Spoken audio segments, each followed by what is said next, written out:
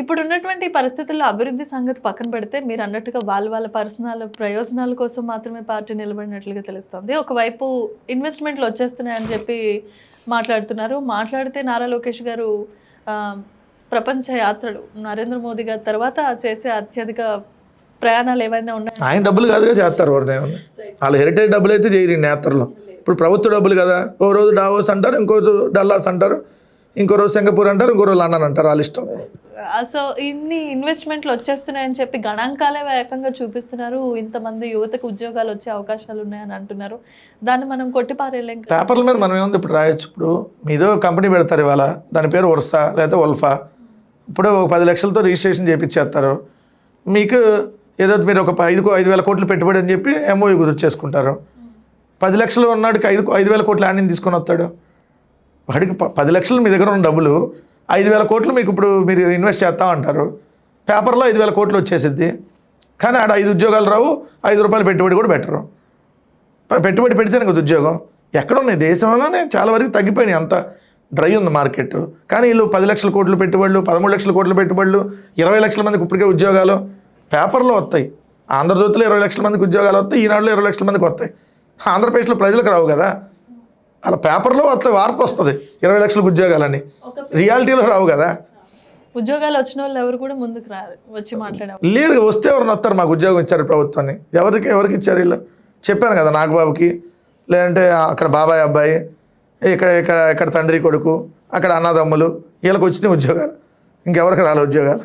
Okay, so family పరిపాలన అనేది ఇక్కడే సాగుతుంది. రైట్. ఓకే, ఇప్పుడున్నటువంటి పరిస్థితులు, ఎందుకంటే మీరు ఆల్రెడీ చెప్తున్నారు మేము 151 సీట్లకు మించి భవిష్యత్తులో మాకు ప్రణాళిక ఉంది, ఖచ్చితంగా వస్తుందని మీరు ఖరాఖండిగా చెప్తున్నారు. ఇప్పుడున్నటువంటి వివాదాల్లో చూస్తున్నట్లయితే తల్లి చెల్లిని పట్టించుకోలేనోడు, సైకో జగన్, తిరుమల లడ్డు వివాదం, మద్యం కుంభకోణం, మనీ లాండరింగ్, ఇలాంటి కేసులు, చాలా రకాలైనటువంటి విషయాలు, చాలా రకాల మినిస్టర్ల మీద కూడా, ఎక్స్ఎమ్మెల్యేలు ఎంపీల మీద కూడా కేసులు పెట్టి బాగా ఇబ్బందులు పెట్టి ఇలాంటి ప్రయత్నాలు చేస్తున్నారు. వీటన్నిటిని అధిగమించి మీరు చెప్తున్న మాట ప్రకారం ఖచ్చితంగా వచ్చే ఎలక్షన్స్లో అన్ని సీట్లు రావడం. మొన్న ఎలక్షన్లో తల్లి చెల్లు ఇవన్నీ చెప్పి వర్కౌట్ చేసుకున్నారు వాళ్ళు ఏదో ఒక విధంగా. ప్రతిసారి వర్కౌట్ కాదుగా. ఇప్పుడు చెల్లి ఫేడ్ అవుట్ అయిపోయిందని అందరికీ తెలుసు. ఆమె ఎక్కడ కనిపించదు, ఏముంటుంది దాంట్లో. రెండోది, తల్లిగారు ఎక్కడ జగన్మోహన్ రెడ్డి గారిని వ్యతిరేకించి ఎక్కడ వెళ్ళా. జగన్మోహన్ రెడ్డి గారికి, విజయం గారికి మొన్న కూడా లోటస్ పాండ్ వచ్చిందే విజయం గారిని చూడటానికి. కొంచెం విజయం గారికి ఏదో బాగాలేదంటే ఇంకా ఇక్కడ కోర్టుకి లేదంటే ముందు రోజైనా వచ్చేవాళ్ళు. కోర్టుకు వస్తున్నాం కానీ ఆ రోజు ఒకసారినే వచ్చారు. ఆ రోజు వచ్చి చూసి వెళ్ళారు. సో ఎక్కడ ఇదేం లేదు. రెండోది, వాళ్ళన్న కుంభకోణాలు ఇంకోటి మా హయాంలో జరగలేదంటున్నా. ఓపెన్ ఛాలెంజ్, 3.5 ఏళ్ళు ఉంది, ఏదైనా ఉంటే ఎంక్వైరీ చేయండి, దేనికైనా సిద్ధంగా ఉన్నా అంటున్నాం. సో మీరు చెప్పేటటువంటి ఆరోపణలు ఏదైతే మొన్న ఎలక్షన్లో వర్కౌట్ అయినాయి మీకు, తప్పుడు ప్రచారం. ప్రతిసారి తప్పుడు ప్రచారం వర్కౌట్ కాదు కదా. ఒకసారి నమ్మారు, ఈసారి ప్రజలు నమ్మరు కదా. ఒకసారి నమ్మి మోసపోయారు, ఈసారి పవన్ కళ్యాణ్ అందరు కలిపి మోసం చేశారు. సో ఈసారి మళ్ళీ మోసం చేద్దామంటే ప్రజలు అంత అమాయకులు గారు కదా. సో ఈసారి వాళ్ళు అనుకున్నది వర్కౌట్ కాదు. సో ఇలాంటి వివాదాల పట్ల ప్రజలు ఏ విధంగా అప్రమత్తంగా ఉంటే బాగుంటుందని మీ సజెషన్? ఫ్యాక్ట్ చెక్ ఖచ్చితంగా చేసుకోవాలి. చెక్ ఇప్పుడు మన ఊర్లో ఏమి ఇన్సిడెంట్ జరిగింది అనేది మనకు తెలిసింది. సో వీళ్ళు చేస్తున్న ప్రచారం అవునా కాదా అక్కడ తెలిసిపోద్ది. దాన్ని మనం 10 మందికి చెప్పాలి. ఇప్పుడు సపోజ్ వైఎస్ఆర్ కాంగ్రెస్ పార్టీ మీద ఒక ఊర్లో ఒక ఎలిగేషన్ వేస్తే అక్కడ ఉన్నటువంటి వైఎస్ఆర్సీపీ శ్రేణులంతా ఏది వాస్తవం అనేది వాళ్ళే మొత్తం వీడియోల రూపంలోనో వాట్సాప్లోనో మ్యాటరు ఇది జరిగింది, వీళ్ళు అలా ప్రచారం చేస్తారనేది చెప్తే mouth to mouth, WhatsApp to WhatsApp public reach అయ్యింది. సో అదే మేము కూడా చెప్తుంది. ఇన్స్టెంట్గా ఇమీడియట్గా రియాక్ట్ అయ్యి వాళ్ళు చెప్తున్నటువంటి తప్పుడు ప్రచారాన్ని ఇమీడియట్గా ఖండిస్తే అది ఎక్కువ జనాల్లోకి వాళ్ళు వెళ్లకుండా ఉంటుంది. అది లేట్గా రియాక్ట్ అయితే ఈలోపు అందరికీ స్ప్రెడ్ అయిపోతుంది కాబట్టి. సో అలా మేము కార్యకర్తలకు దిశానిర్దేశం చేసుకుంటూనే ఎందుకంటే మాకు మీడియా తక్కువ ఉంది కాబట్టి.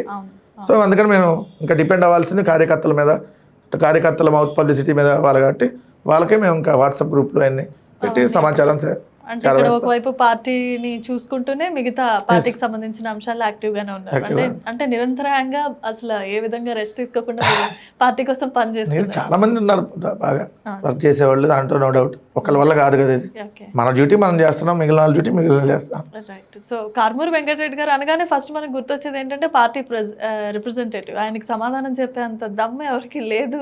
ఒకవేళ ఆయన ఒకటి సబ్జెక్ట్ ప్రిపేర్ అయ్యి వెళ్తే దాంట్లో ఏముందా, మనమే తప్పులు ప్రిపేర్ చేయట్లేదు. అవ్వాల్సిన అవసరం లేదు సార్. ఒక్కొక్కసారి మీరు మాట్లాడే మాటలు వాళ్ళేం క్వశ్చన్ అడుగుతారు అనేది మీకు తెలియదు. అంత స్పాంటేనియస్ గా చెప్పాలని అంటే మీకు ఖచ్చితంగా అటు మీద గ్రిప్ అనేది ఉండాలి. మీకు ఈ రాజకీయాల్లోకి వచ్చేసరికి అంటే మీరు జగన్మోహన్ రెడ్డి గారికి డైహార్డ్ ఫ్యాన్, అది కాకుండా మీకు అసలు రాజకీయాల్లోకి రావాలి అనే స్ఫూర్తినిచ్చింది మీ గురువు గారు, లేదంటే రాజకీయాల్లో మిమ్మల్ని ఎంకరేజ్ చేసిన వాళ్ళు ఎవరైనా ఉన్నారా? రాజకీయాల్లో కనేం కాదు కానీ అసలు ఫస్ట్ జగన్మోహన్ రెడ్డి గారి అభిమాని. ఎప్పుడంటే చెప్పాను కదా 2005 ఆ టైంలోనే, 2006 నేను హైదరాబాద్ వచ్చే కంటే ముందే. సో అప్పుడే జగన్మోహన్ రెడ్డి గారి అభిమాని. 2004 రాజశేఖర రెడ్డి గారు అధికారంలో ఉన్న టైంలో జగన్ గారిని అప్పుడు అభిమానించి, అప్పుడు జగన్ గారు పాలిటిక్స్లోకి రాలా. ఇంకా దాని తర్వాత జగన్ గారిని కలిశాను 2009 కంటే ముందే ఒకసారి కలిసి ఉన్నాం. సో అప్పటికి తర్వాత పార్టీ పెట్టినప్పటి నుంచి రెగ్యులర్గా ఉన్నాం. సో ఇంకా ఒకళ్ళ గురువు దాన్ని అనేం కాదు కానీ నేను నా నియోజకవర్గం వచ్చేటప్పటికి వేమూరు, అంటే ఇప్పుడు బాపట్ల జిల్లాలో ఉంది, అంతకుముందు ఉమ్మడి గుంటూరు జిల్లాలో వేమూరు నియోజకవర్గం. సో అక్కడ నియోజకవర్గ పాలిటిక్స్లో కూడా యాక్టివ్గా పార్టిసిపేట్ చేయటం. ఫస్ట్ నేను సేవాదళ జనరల్ సెక్రటరీ పార్టీలో, తర్వాత స్టేట్ జాయింట్ సెక్రటరీ మెయిన్ బాడీలో, ఇప్పుడు అధికార ప్రతినిధి. సో ఇట్లా పదవులు రోజు యాక్టివ్గా ఉండటం వల్ల పార్టీలో పదవులు. గురువు గారు అంటే ఎక్కువ నేను తలసరి రఘురామన్తో ఉంటా.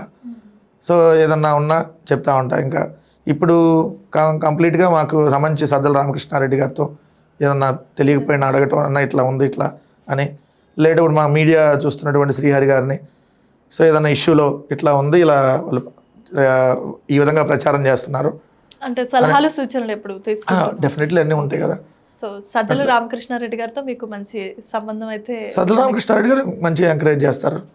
సో కీప్టప్ వెంకటరెడ్డి బాగా చేస్తాం. ఇంకా చెయ్యి ఎక్కడ కూడా తగ్గొద్దు కదా, ఎక్కడ కూడా టంగ్ స్లిప్గా మాకు జాగ్రత్త, ఎందుకంటే నీ మీద ఖచ్చితంగా వాళ్ళ కాన్సన్ట్రేషన్ ఉంది అని అంటారు. నేను రోజు ఒక సిరీస్ చేస్తున్నా, అంటే రోజు ఈనాడు ఆంధ్రజ్యోతిలో వచ్చేటటువంటి తప్పుడు కథనాల మీద నేను ప్రతిరోజు చేస్తున్నా. 250 ఎపిసోడ్లు దాటింది వరుసగా 250 డేస్ నుంచి.